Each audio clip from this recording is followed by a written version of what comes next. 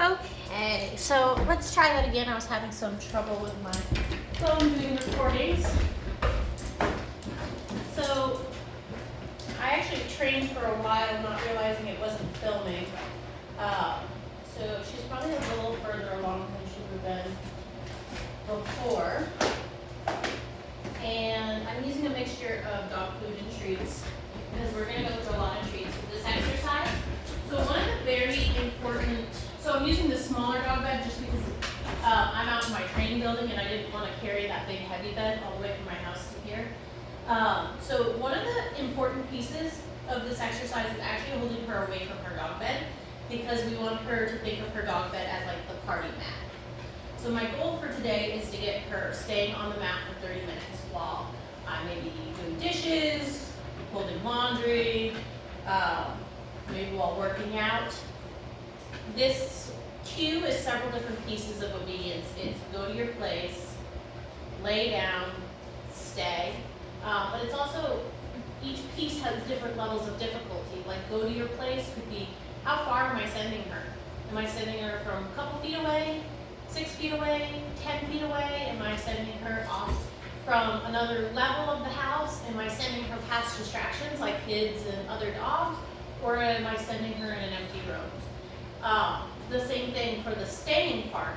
Am I asking her to stay with me just sitting in a chair, or am I asking her to stay while I roll a ball? As she gets better, I'm going to expect harder and harder levels from her.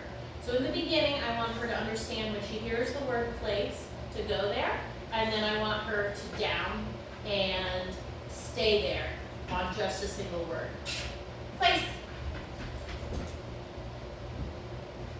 So she still doesn't have the automatic down into place, which is fine. When she thinks to finally offer it, I'm going to make a big deal about it. So ordinarily, I would mark and reward her for choosing to go there, but I've been talking. So I don't mark and reward when I walk away in return, only when she first lays down on it. So when I'm thinking about adding difficulty to the stay portion of place, I'm thinking about distance. How far can I get? Duration.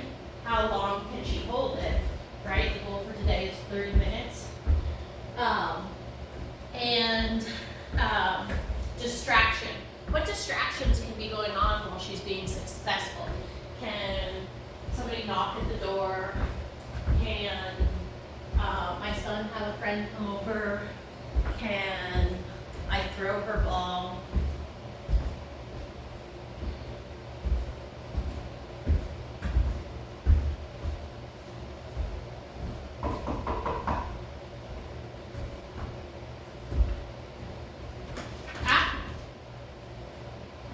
So if she breaks, I'm actually going to take her off the bed as a consequence.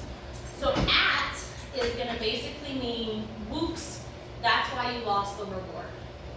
So reward doesn't have to be food. It could be, that's why you're not having the ball thrown, or if I had the door open and I have to close it. So I actually want to create a little bit of frustration in this. I want the frustration to be that she's not allowed to be on her dog bed. I want her to be excited enough to go on there that it almost feels like a privilege. Place. So I'm going to withhold the lure for a second and see if she can think to lay down on her own.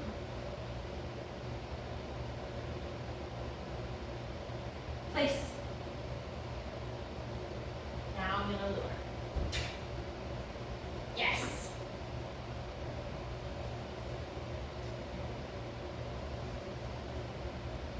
So I do what's called a jackpot when she first gets on there, which is multiple treats one at a time. And again, I'm going to increase difficulty. So anytime you're training, if she breaks 3 times in a row, your criteria is too hard, and you have to think of a way to make it easier. So you can make it easier by decreasing distance, decreasing duration, or decreasing distraction. So if you can think of the 3 Ds, distance, duration, distraction, that's going to follow us throughout training. So those are going to be the 3 Ds of difficulty.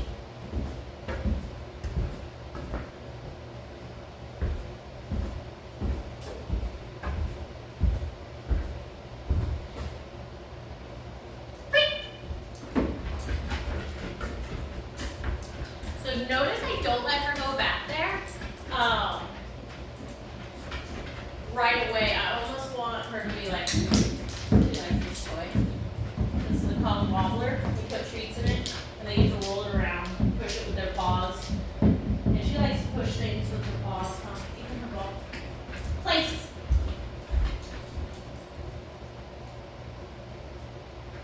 Yes. So jackpot. So I mark with the yes.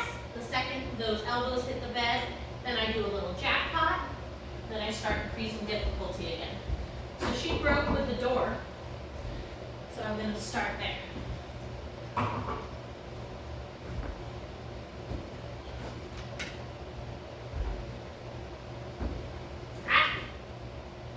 So the door is going to be hard for her. So at means you're incorrect, and you're not going to get anything. So my pause has to be long enough that she's like, this sucks. So because we're actually paused now, I'm not going to let her interact with the environment as a reward. Because if I just take her off and she does another activity, well, who cares? She's not feeling like she's missing out. But I actually want her to be like, well, this sucks. This is no fun.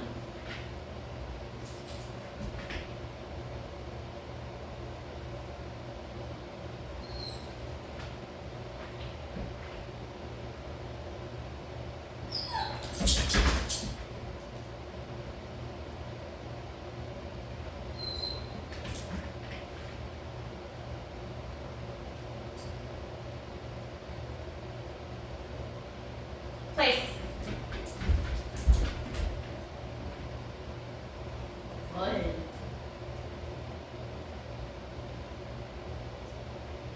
Yes.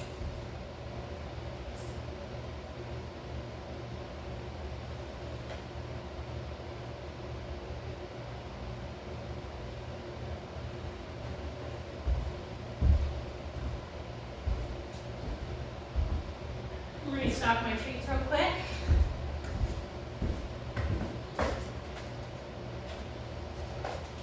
This, even just restocking treats, is a pretty good distraction because it's building distraction of me opening the container and duration of going just a hair longer in between rewards.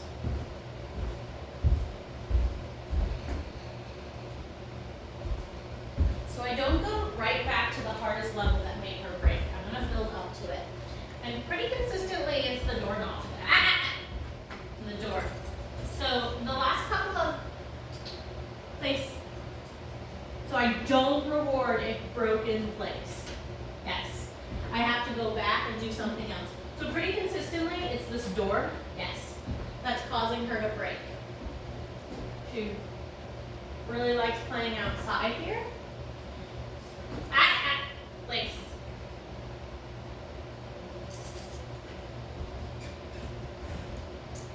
No treat for that, because it's broken. Yes, she can have a treat for that. Yes. So, in this instance, yes. I'm marking her choice to stay with that yes word as I gradually, yes, introduce that door being open. So she broke a couple times in a row. So I want to make sure I'm not place.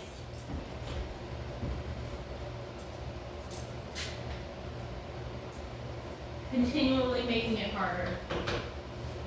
Yes.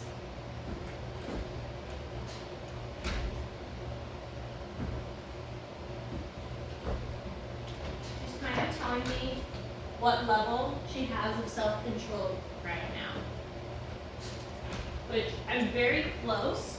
So the distance is not hard at all. For her, it's the distraction that's hard. I was able to get quite far in distance for it being a relatively new cue.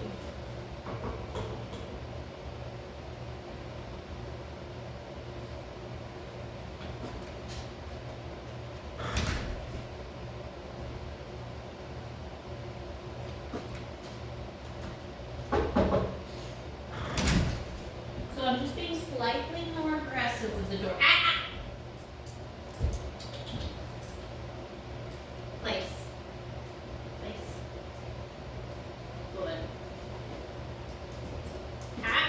not getting rewarded.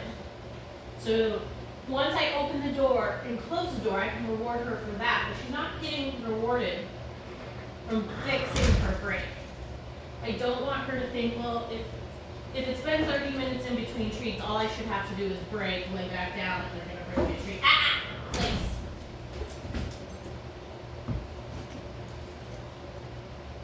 Good. Good means you're right, but you're not getting fed. You want to think about those words. So, so I'm going to give her a break and let her get bored. So you're going to want to think about the words good, yes, no, and at means you're incorrect and you're losing something. Good means you're correct, but you haven't earned a treat. YES means you're correct, you're getting rewarded. The reward could be a ball being thrown, a door being opened, or a treat. And no means you're incorrect and I'm going to correct you. I never offer corrections until I'm sure the dog understands the exercise in the context that I'm asking. So that means I am not going to correct a dog for, let's say, I'm not going to say no for breaking a stay if I have not taught them to hold the stay first. It's not fair to the dog. So that's why you see me not using the word no yet, because she doesn't understand place in the context I'm doing it yet. She doesn't understand that people should be able to come in and out while she stays on her bed, and these are just the beginning steps of that. But until she can master that, I can't correct her for not doing it. So I'm going to give her just a little bit longer because she doesn't really seem to care that much that she's not getting rewarded. Place.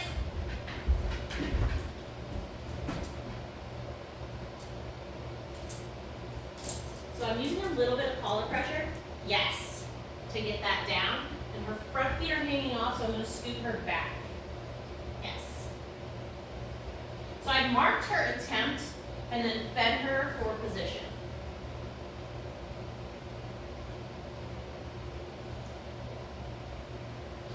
Restock my treats again. Now she's quite good at this part of being left on her bed with the act walking away. It's just the piece, so I don't want those front paws off of there. It's just that piece of the door that she's really struggling with. Freak! I'm gonna break her because she's just so awkward on it right now. Place.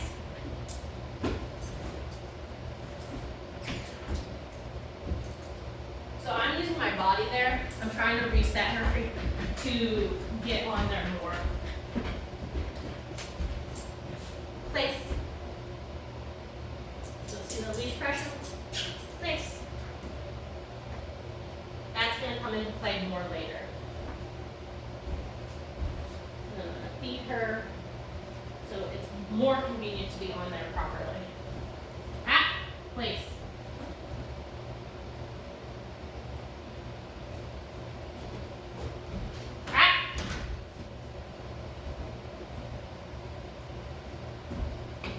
But didn't feed that one because it broke. She broke.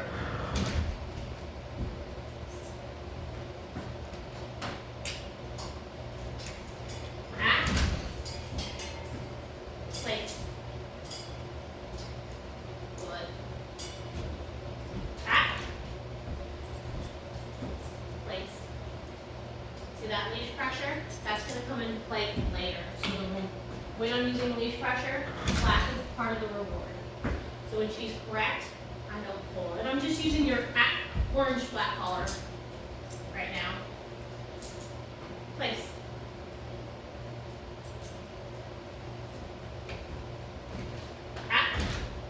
Place. Place. You're not getting fed with that. Yes. So she's got a little bit of fear of missing out going on here. grab my car keys, which made the level much harder for her.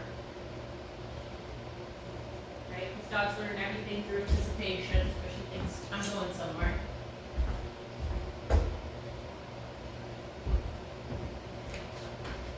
Yes.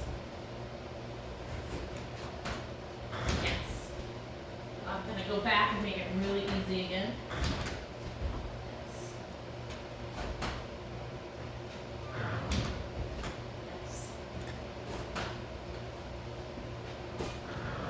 I don't know if you saw my footwork there, but that's the first step of stepping out of the door.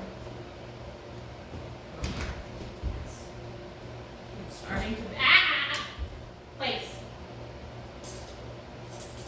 So I dropped a piece of food, and she wanted to get it. That's why she broke. Yes.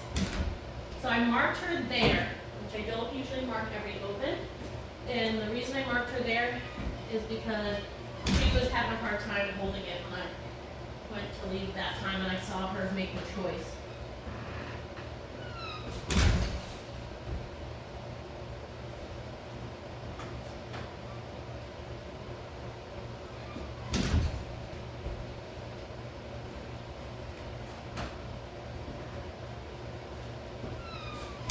So pretty consistently, I've been leaning out the door, she's been successful, but I have kept my left foot in place. So now I'm going to start to move my left foot too. That's going to make it harder for her, and she may break.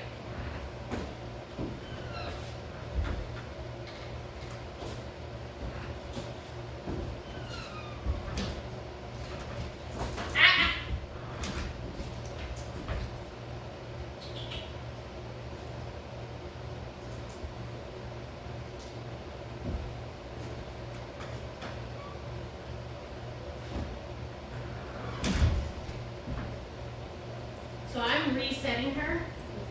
I'm going to reward her because she did hold it, but I'm resetting her because I don't want those paws hanging on. Place. Place. Place. Place. Good.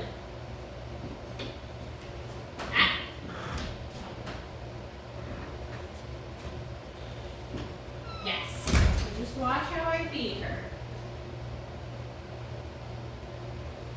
So let's pause back on there.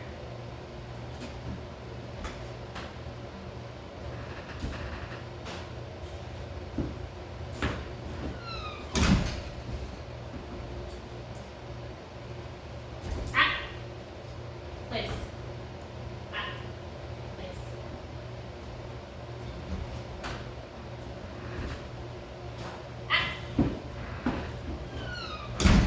So penalty is going to be taking up the dog bed for a little bit. And then I'm just pretty much going to stand here with her and let it be boring for a few minutes, and then I'm going to put it back down. But I don't want to waste my memory on my phone, so I will stop it and then restart it.